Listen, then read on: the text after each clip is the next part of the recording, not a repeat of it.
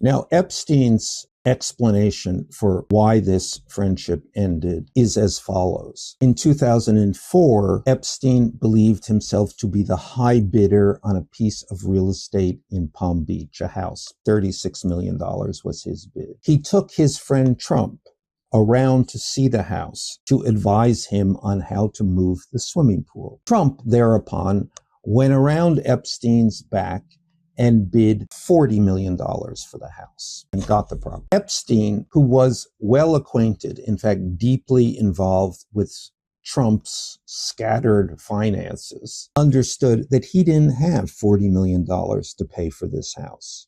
Now, if that was the case, it was someone else's $40 million.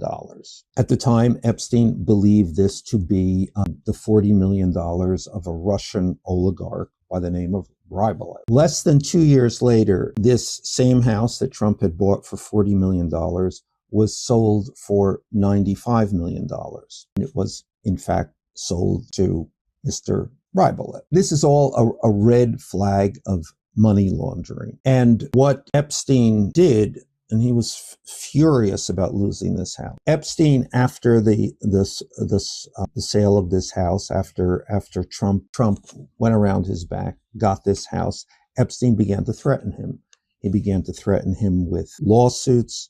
He began to threaten him with going to the press and saying that Trump was a front man for a money laundering deal. Trump panics at this point, and Epstein believed, and he believed to his dying day, that it was Trump who went to the police, Trump who was fully acquainted with what was going on at Epstein's house, fully acquainted for many years. Trump went to the police and, as Epstein said, dropped the dime on him. That is to say, informed the police of what was going on, and an investigation began, and all of Epstein's legal problems for the next 15 years began to unfold. This story about this piece of real estate and their falling out was first published in June 2019. It was published actually in my book, Siege, the second book I had written about the Trump White House. Epstein had recounted this story to me.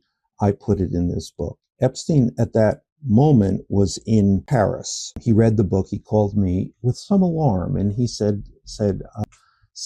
he was afraid that he might have said too much. 3 weeks later, he returned to the United States from Paris and was promptly arrested on the tarmac of Teterboro Airport in New Jersey when his plane landed.